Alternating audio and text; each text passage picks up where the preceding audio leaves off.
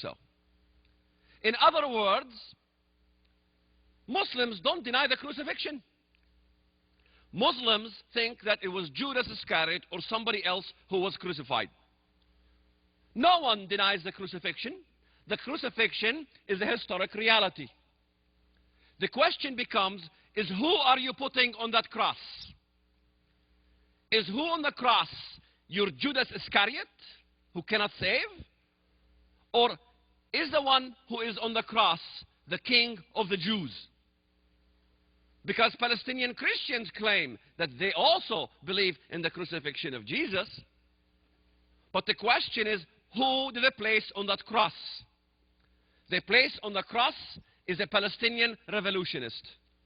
Hanan Ashrawi used to say, Jesus was a Palestinian revolutionist from my country. Many of the Palestinian Christian websites depict Jesus on the cross with barbed wires, and he had refugee camps surrounding him because he came to liberate the Palestinians from the evil Zionists. You tell me if these are Christians. Because the Antichrist wants to also divide that land we call Israel. He wants to divide the land, it's very clear. He divides the land for gain. So I argue always with my Christian Arabs, if you want to divide the land of Israel, and the Antichrist wants to divide the land of Israel, and Christ condemns the division of the land of Israel, which side are you on? You cannot be on the side of Christ and on the side of Antichrist both at the same time. It doesn't work. You have to make a choice. Then you see many things in the Bible. In fact, Muslims, Ka'b ibn al-Ahbar reported in the Hadith by the Prophet Muhammad that the way you recognize the coming of the Muslim Messiah, the Mahdi, is that he rides on a white horse. Who rides on a white horse? No. In the book of Revelation, the rider of the white horse is the Antichrist who brings false peace. In fact, they refer to the book of Revelation of the Christians to say our Mahdi is in the Christian book. He is the rider of the white horse in the book of Revelation. Everything was in reverse. Both the Mahdi will change the laws of the world, and the biblical Antichrist will change the laws of the world. We see this all around in the world when we see the Muslims being active. What are the Muslims doing? What are the Muslims fighting about? What do the Muslims want to do in the United States of America? It's very simple. They want to change your constitution and establish an Islamic constitution. They want to change the laws of the land and establish Islamic Sharia law. So in essence, Muslims are set up for a religion of the Antichrist. Whether you believe that Islam plays a major role in biblical prophecy, or whether Islam plays the most major role in biblical prophecy, matters little to me. What matters is that Islam, and all scholars today agree.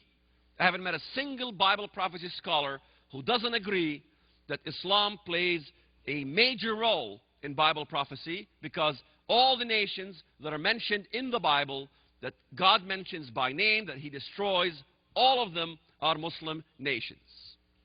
In fact, both the Mahdi and the Antichrist will advance against the strongest of nations with the name of a foreign god. And that is in the book of Daniel, chapter 11. And I hope you brought your Bibles. Do not leave without your Stinger missile.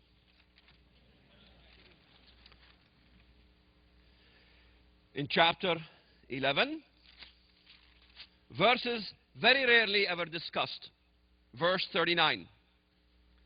What does it say? In the whole chapter, it's talking about the Antichrist. It says in verse 36, then the king shall do according to his own will. He shall exalt and magnify himself above every god. He shall speak blasphemies against the God of gods. What is blasphemy? Blasphemy is to deny the edicts of God. Because in America, when I say the word blasphemy, they think it's the G word.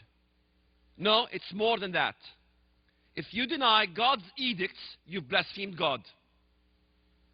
If you deny God's ordinances that He ordained, you blaspheme God. If you deny God's prophetic word, you blaspheme God. If you deny Israel's right to exist, you blaspheme God. It's that simple. He will speak blasphemies against the God of gods, and shall prosper till the wrath has been accomplished, for what has been determined shall be done. He shall regard neither the God of his fathers, depends on what translation you're looking at. Some say the gods of his fathers. Some say the God of his fathers. He doesn't honor the God of his ancestors long time ago, just as Moses was addressed by God. I'm the God of your ancestors, the God of Abraham, Isaac, and Jacob. So his ancestors had pagan deities or idol worship, and he denies all these idols, and in their stead he replaces them to honor a God of fortresses. Verse 38, but in their place, there's multiple idols, he shall honor a God of war. A God of fortresses, no one can deny, means God of war. A singular God that is a God of war or a God of battle. Americans have now been introduced after 9/11 to jihad. Every American knows what jihad means. It doesn't mean inner struggle. It doesn't mean this self-struggle. It's like the Mein Kampf struggle. Struggle against who? Struggle against the Jews, struggle against the Christians. Today it's a struggle against the West. Why? Because the Prophet of Islam said, I have been ordered to fight until all nations say there is no God but Allah and Muhammad is his messenger. I have been ordered to fight in battle all the nations. And look what it says. Thus he shall act against the strongest fortresses with a foreign God. Think about that. He acts against the strongest of fortresses. Strongest of fortresses.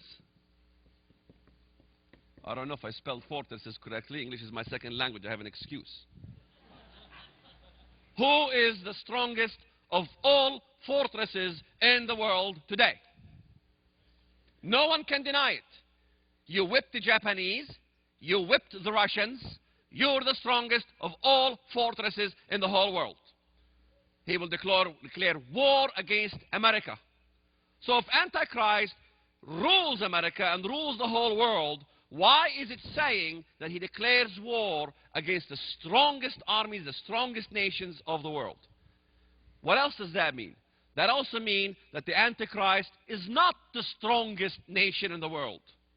In fact, Osama bin Laden, Ahmadinejad already declared war on America and Israel. And are they stronger than America? The United States of America can squish these countries like a worm. They can squish Hezbollah like a worm. Not a problem. So it doesn't say that the Antichrist rules the whole world. He declares war against the strongest of all nations. Then he will divide the land for gain. So he advances on the strongest nations as to advance. He says advances this God. He advances his God, this foreign God, by the means of war. And that's exactly what the Muslims are doing. Islam is a system of Antichrist because it does want to change the times and it does want to change the laws and it denies the right for women because it's very clear. He will not honor the desire of women. Western interpreters say the desire of women to bring forth the Messiah, so he doesn't honor the Messiah, who is the desire of every woman. And I've asked that question in America, and I've broken the Guinness Book of Records on no woman raising her hands when I asked the question. Is there any woman here desiring to bring forth, to produce a child, the Messiah? Anybody? I mean, there's one in every crowd. It's usually the guys. The gals know that not to raise their hands. Sometimes you ask questions, it's usually a guy that raises his hand. As I always say, man thinks he's smart, but woman is smarter. So what is that with that old